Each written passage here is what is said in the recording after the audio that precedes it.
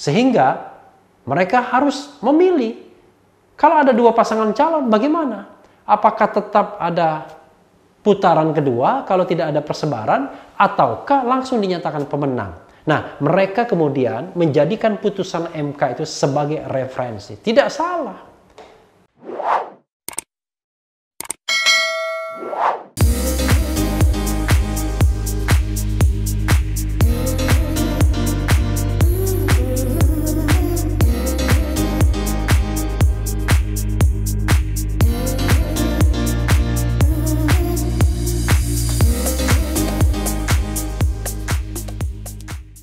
Assalamualaikum warahmatullahi wabarakatuh, Sobat RH sekalian. Jumpa lagi di channel yang keren ini, Keren Cadas. Kali ini saya mau uber sesuatu, tapi sesuatu ini bukan berita. Sesuatu ini tulisan dari seseorang di Amerika Serikat yang banyak menyinggung nama saya, lalu disampaikan ke grup WhatsApp. Dan satu orang dari forum Tanah Air itu memberikan kepada saya. Begitu saya baca, menarik juga. Banyak dia kritikan terhadap saya dan putusan MA yang dia bahas. Jadi dia membahas putusan MA. Dia tidak puas mengenai pernyataan para ahli, terutama ahli hukum tata negara, termasuk saya, yang mengatakan bahwa putusan MA tersebut tidak ada manfaatnya lagi karena putusan berlaku prospektif. Nah, lalu dia menulis luar biasa begini. Yang menulis ini namanya Chris Komari, aktivis demokrasi ya. Judulnya adalah Keputusan MA nomor 44 tahun 2019, rancunya hukum dan ketidakpastian hukum di Indonesia. Ulah siapa? Tanda tanya. Memang dia pakai menggunakan bahasa Indonesia yang campur-campur dengan tata bahasa dan penggunaan titik koma yang agak susah juga membacanya ya. Ini perdebatan panjang forsure.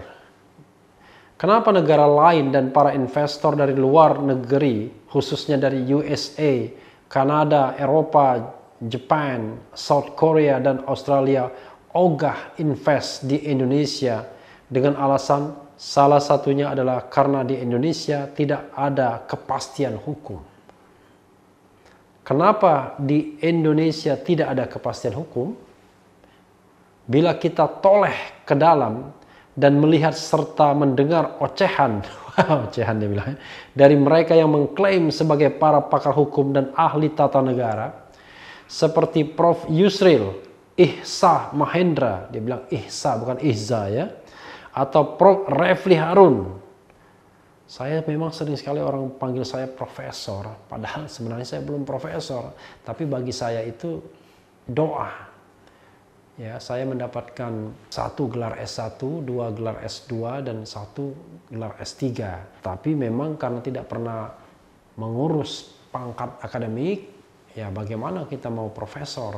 Tapi mudah-mudahan bisa setelah ini mengurus dan semangat mengurusnya ya. Kadang-kadang merasa penting nggak penting juga.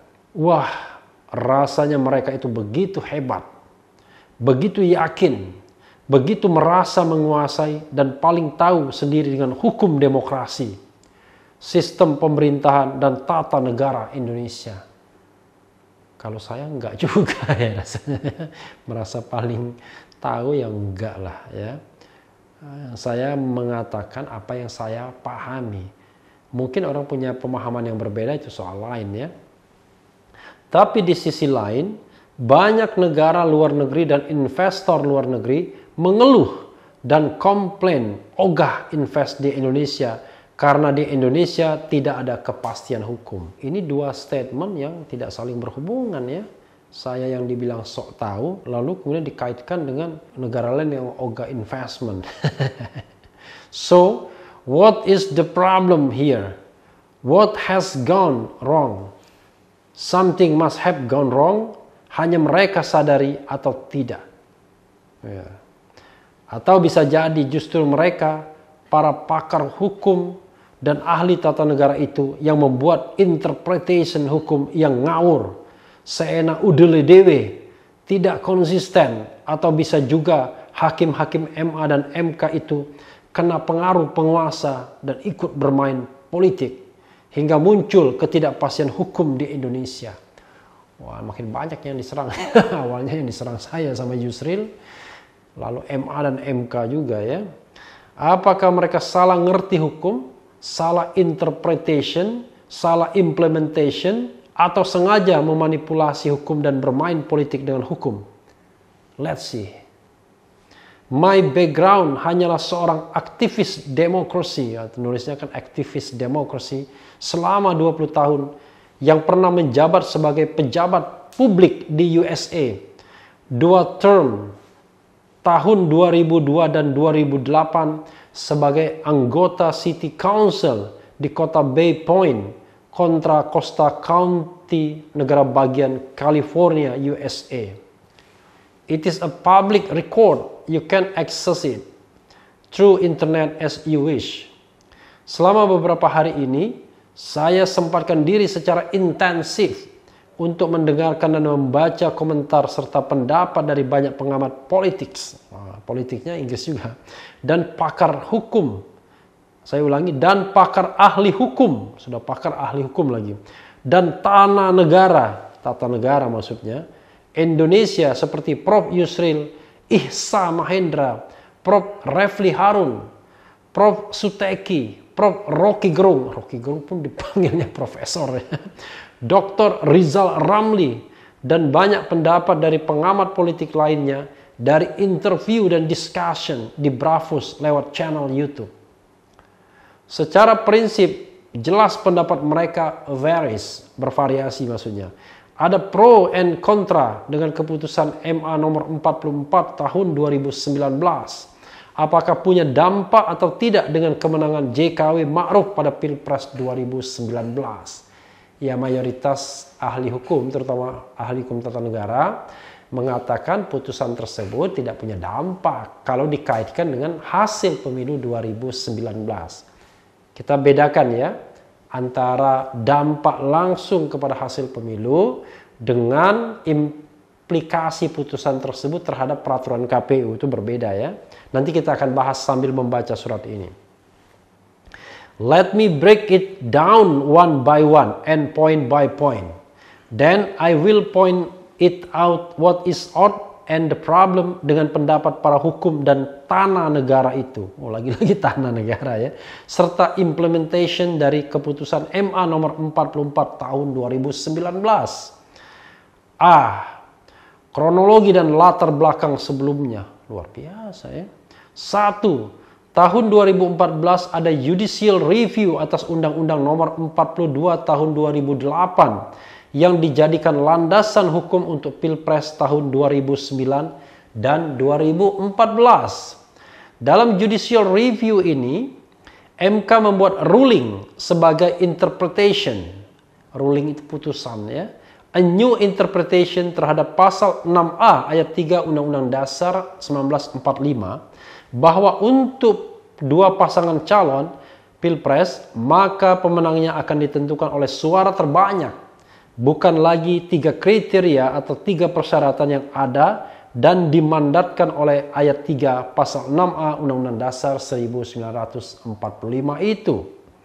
Ini jelas ruling MK yang menyimpang dari spirit, isi dan tujuan dari pasal 6A ayat 3 Undang-Undang Dasar 1945. Karena merubah itu menjadi rubah ya, maksudnya mengubah persyaratan dari 3 kriteria ya, dia tulisnya bahasa Inggris, menjadi 1 kriteria. Ya, luar biasa putusan MK dikatakannya salah ya. Padahal yang namanya putusan MK itu tidak pernah salah, pasti betul.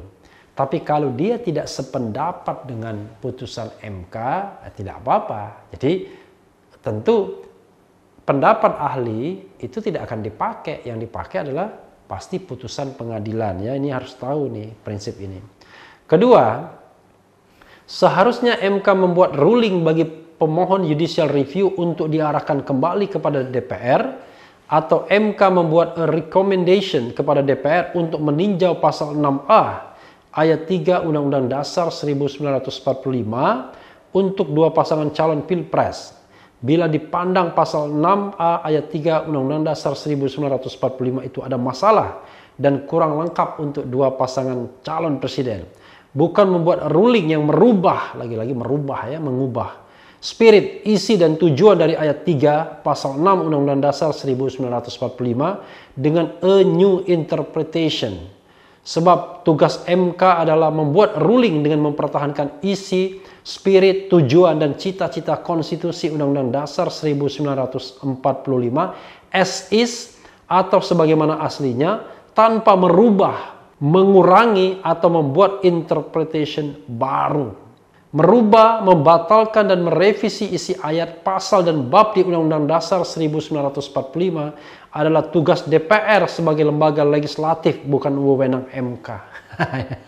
Nah, dari sini mulai ya, dia nggak terlalu paham juga dengan tata negara Indonesia. Tapi saya hargai, kenapa? Karena ide-idenya menarik ya untuk dibahas sebagai sebuah pengetahuan. Pertama ya, kita tahu bahwa lembaga yang punya kewenangan untuk mengubah Undang-Undang Dasar itu adalah MPR, bukan DPR kan? Majelis Permusyawaratan Rakyat atau People Consultative Assembly, ya, bukan the House of Representative atau DPR. Nah, tugas MK adalah menafsirkan konstitusi. Bagaimana cara menafsirkan konstitusi? Banyak caranya. Ada yang memakai metode sejarah, ya. Jadi pakai penafsiran historis, ya. Jadi historical interpretation. Ada yang pakai penafsiran teks saja, textual interpretation. Ada yang grammatical interpretations. Ada yang apalagi macam-macam, ya. Ada yang penafsiran yang lebih progressive interpretation, ya. Jadi kalau di Amerika Serikat ini kan perkara penafsiran konstitusi ini perdebatan klasik antara originalis dan non-originalis ya. Mereka originalis, mereka yang bersandar pada maksud awal dari konstitusi tersebut. Sementara non-originalis, mereka mengatakan bahwa tidak setiap hal terpikirkan oleh pembentuk konstitusi. Nah, ini debat yang tidak pernah selesai. Jadi soal pendekatan. Jadi teman kita satu ini rupanya dia memilih pendekatan yang originalis. Makanya dia katakan bahwa tugas MK adalah membuat ruling dengan mempertahankan isi, spirit, tujuan, dan cita-cita konstitusi Undang-Undang Dasar 1945 as is atau sebagaimana aslinya. Padahal sulit kita kadang-kadang bagaimana mengukur isi, spirit, tujuan, dan cita-cita konstitusi Undang-Undang Dasar 1945. Kalau teks itu saja menimbulkan perdebatan, apalagi spirit. Karena spirit itu barang yang tidak terlihat ya. Dua, pada tahun 2017, sekitar 3 tahun setelah ruling MK ini, DPR meloloskan RUU baru, yaitu Undang-Undang Nomor 7 Tahun 2017, di mana di dalam Undang-Undang baru ini, ruling MK pada poin nomor 1 di atas tidak dimasukkan dalam Undang-Undang Nomor 7 Tahun 2017 yang dijadikan landasan hukum bagi Pilpres tahun 2019. Menurut pendapat Prof. Refli Harun, katanya itu kealpaan atau kelalaian dari anggota DPR waktu itu untuk memasukkannya. Oh, really? That seems so odd and unlikely. Ini RUU baru yang lolos menjadi undang-undang dengan proses pengajuan dan debate di DPR berhari-hari, berminggu-minggu, bahkan berbulan-bulan. Keapaan atau kelalaian ratusan anggota DPR untuk memasukkan keputusan MK atas judicial review Undang-Undang Nomor 42 Tahun 2008 ke dalam Undang-Undang Nomor 7 Tahun 2017 is really odd. Sungguh aneh katanya. Kalau tidak imagination dari Prof. Refli Harun sendiri. Luar biasa ya. Saya dianggap membuat hayalan, imajinasi ya. Bisa jadi itu satu kesengajaan. Nah, dia saja jauh menduga ya. Kalau saya mengatakan itu kealpaan, kalau dia menduga. Bisa jadi itu satu kesengajaan anggota DPR untuk tidak memasukkan keputusan MK itu ke dalam undang-undang baru. Ya, ini Undang-Undang Nomor 7 tahun 2017 itu karena tidak setuju dengan ruling MK.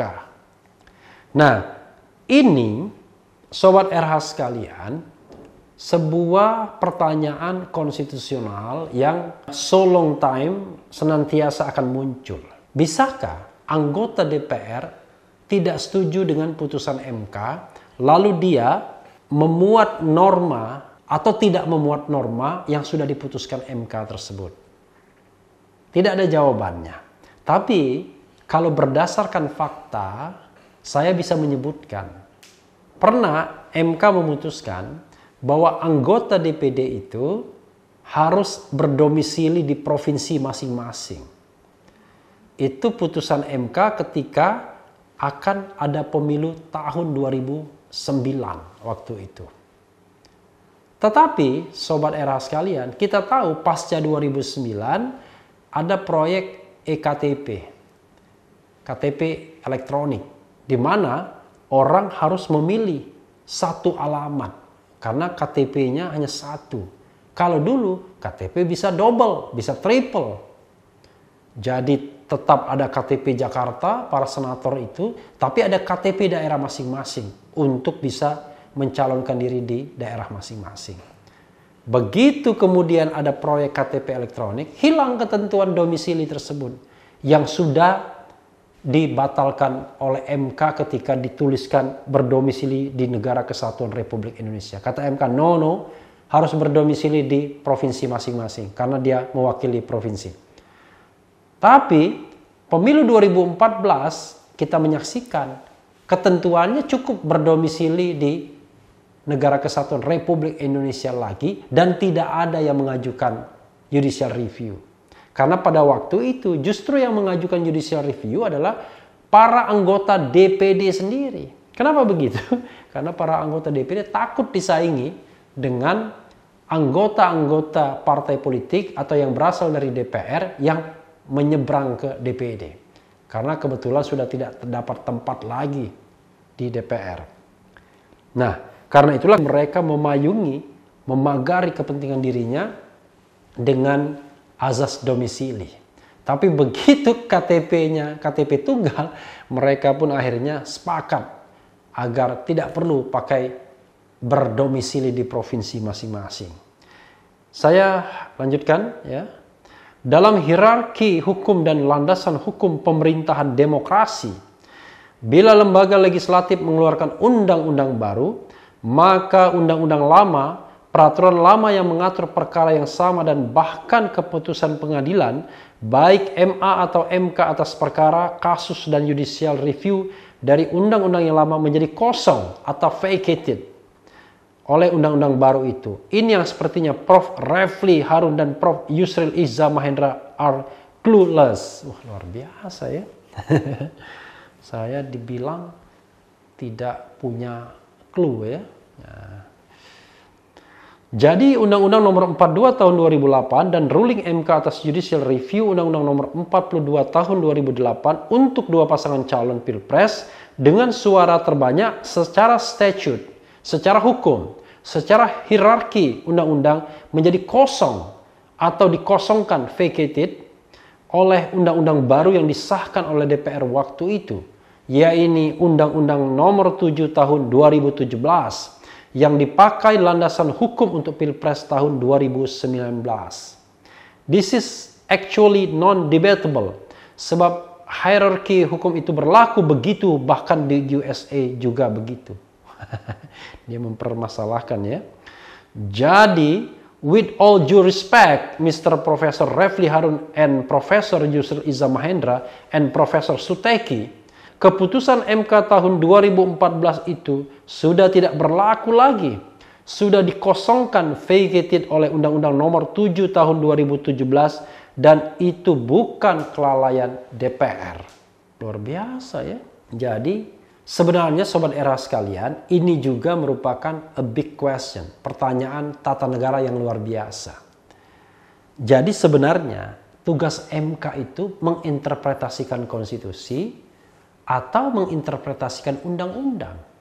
Kalau MK, katakanlah, sudah menginterpretasikan bahwa hukuman mati itu adalah konstitusional untuk kejahatan narkoba misalnya, apakah kemudian kalau undang-undang narkobanya berganti, di mana undang-undang yang sudah di judicial review tersebut tidak dipakai dan ada undang-undang yang baru, dan undang-undang yang baru tersebut tetap mencantumkan hukuman mati, apakah para pihak pemohon bisa mengajukan lagi undang-undang yang sama untuk diuji ke Mahkamah Konstitusi?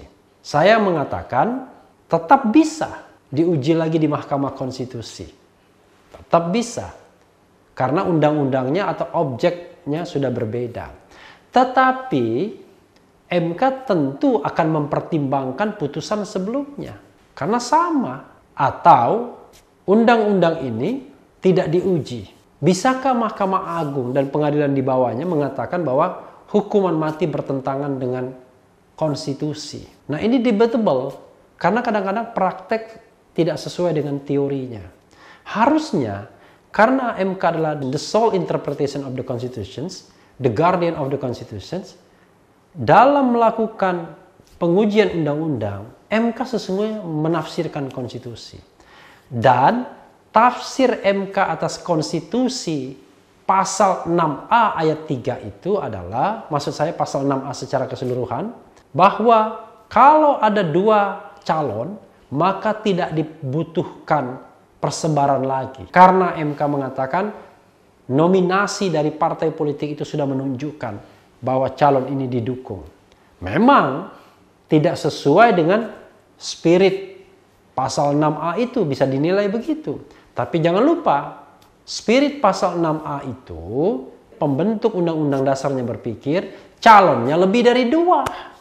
Ketika calonnya cuma dua, maka disinilah persoalannya dan loopholes tersebut, kekosongan tersebut ditutup oleh MK ketika mereka menafsirkan pasal 6A dalam hal hanya dua pasangan calon. Memang objek pengujiannya Undang-Undang tahun 2008. Tetapi intisari dari putusan MK tersebut tentunya itulah yang kemudian diambil oleh KPU untuk memasukkan ketentuan ini ke dalam peraturan KPU mereka, karena mereka dihadapkan pada realitas. Ternyata hanya ada dua pasangan calon lagi. Sehingga mereka harus memilih. Kalau ada dua pasangan calon, bagaimana? Apakah tetap ada putaran kedua kalau tidak ada persebaran, ataukah langsung dinyatakan pemenang? Nah, mereka kemudian menjadikan putusan MK itu sebagai referensi. Tidak salah. Karena MK mengatakan demikian. Jadi ada referensinya. Nah, perkara kemudian dibatalkan oleh Mahkamah Agung itu soal lain. Karena Mahkamah Agung ternyata ketika menguji PKPU itu tidak mempertimbangkan putusan MK. Jadi ada persoalan di sana ya, sobat RH sekalian. Meskipun DPR lalai, dia bilang lagi, maka secara hukum dan hierarki hukum tetap Undang-Undang Nomor 7 Tahun 2017 yang berlaku untuk menentukan pemenang Pilpres 2019. Ya tidak salah. Memang yang berlaku tetap Undang-Undang 7 Tahun 2017, ya tidak salah. Dalam hukum, Undang-Undang dan Undang-Undang Dasar 1945 tidak ada istilah kealpaan atau kelalaian.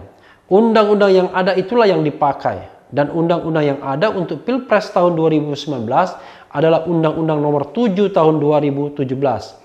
That is it, non-debatable. Ya jelas, memang apa masalahnya? Kan tidak ada masalahnya. Memang Undang-Undang 7 2017 yang dipakai. Hanya Undang-Undang 7 2017 itu tidak mengatur ketentuan bila mana pasangannya itu cuma dua saja. Malah yang diatur adalah kalau ada pemenangnya nomor satunya langsung 3 orang yang sama. Maka persebaran yang dilihat untuk menentukan 2 besar dalam putaran kedua.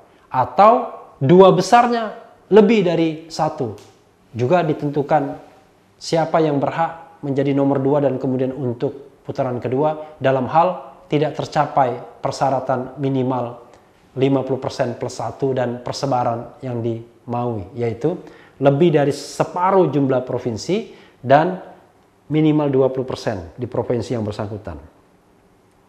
3. Pada Pilpres 2019, KPU membuat ketetapan bagi pemenang Pilpres yang dituangkan dalam pasal 3 ayat 7 PKPU untuk 2 pasangan calon Pilpres dengan suara terbanyak, yang menurut pendapat Prof. Refli Harun sesuai dengan keputusan MK tahun 2014 yang sudah di-vacated oleh Undang-Undang 7 2017. Enggak juga ya undang-undang itu dihilangkan ketentuannya.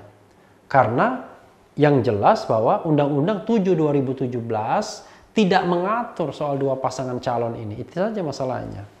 A. Ketetapan KPU pasal 3 ayat 7 PKPU ini digugat atau di judicial review kan oleh Ibu Rahmawati Soekarno Putri dan kawan-kawan di MA pada tanggal 13 Mei 2019. B. KPU mengumumkan pemenang Pilpres 2019 pada tanggal 21 Mei 2019. MA memutuskan judicial review dan membatalkan ketetapan KPU pasal 3 ayat 7 PKPU dengan alasan melanggar aturan yang lebih tinggi, yaitu Undang-Undang 7 tahun 2017 pada tanggal 28 Oktober 2019, 5 bulan kemudian. Padahal ada aturan tersendiri bahwa MH seharusnya memutuskan perkara ini dalam waktu 30 hari, tepatnya 30 hari kerja ya. Kelemahan MA atau MA juga bermain politik, wah tanda tanya dia. Ya itu juga yang saya tanyakan, kenapa baru diputuskan 5 bulan kemudian? Dan kenapa ketentuan 30 hari itu disimpangi? Tapi jangan lupa ketentuan bahwa permohonan itu diajukan 30 hari kerja setelah PKPU itu disahkan tidak juga diikuti. Jadi MA memberi peluang untuk pengajuan permohonan, tapi MA lambat memutuskannya. Nah, ini saya kira memang kesalahan MA. Di USA ada yang bisa mengoreksi dan membatalkan atau mengosongkan ruling Supreme Court. Kalau di Indonesia siapa? Lack of check and balances. Luar biasa ya. Bahkan MA mempublikasi keputusan ini 9 kemudian, yakni tanggal 3 Juni 2019. B. Kerancuan hukum dan tidak kepastian hukum di Indonesia. Prof. Refli Harun sendiri sudah mengatakan berkali-kali lewat berbagai media YouTube channel bahwa ruling pengadilan itu harus ada 3 unsur, yaitu unsur kemanfaatan atau manfaat, keadilan, dan kepastian hukum. Dalam kasus keputusan MA nomor 44 tahun 2019 ini, Prof. Refli Harun, Prof. Yusril Ihsa Mahendra, dan beberapa pakar hukum dan pengamat politik lainnya mengatakan bahwa keputusan MA nomor 44 tahun 2019 ini tidak ada impact, tidak ada sangkut pautnya, tidak sanksi hukum, tidak ada konsekuensi hukum terhadap kemenangan Jokowi Ma'ruf di Pilpres 2019 karena alasan antara lain di bawah ini. Keputusan MA sudah terlambat. 2. Kemenangan JKW Ma'ruf sudah diputuskan oleh MK. Gugatan PS Sandi sudah ditolak MK. Keputusan MA ini bersifat normatif, prospektif, progresif. Luar biasa ya. 5. JKW Ma'ruf menang di atas 50% di 21 provinsi dengan suara terbanyak meski ada yang kalah di bawah angka 20%. Dan dengan hasil Pilpres yang penuh kontroversi, fraudulent, hitungan yang compang-camping, morat-marit, hitungan yang tidak sinkron di situng KPU. Wah, bilang sinkron ya, saking marahnya sinkron. Perbedaan yang jauh antara jumlah suara Pilpres versus Pileg dan KPU tidak berani melakukan forensic audit. Wah. Ya ini dia mengatakan sesuatu hal yang juga saya pribadi juga protes ya, yang juga saya kritik. Jadi tidak ada masalah ya. Dan yang penting Sobat Era sekalian, tetap di channel ini. Karena di channel ini Anda akan dirayu, ditipu, dibaperin, dicecar, diuber pula di jalur khusus. Karena channel ini adalah channel yang mengancam, memeras, dan membenci. Jangan lupa subscribe, like, comment, and share. Ciao!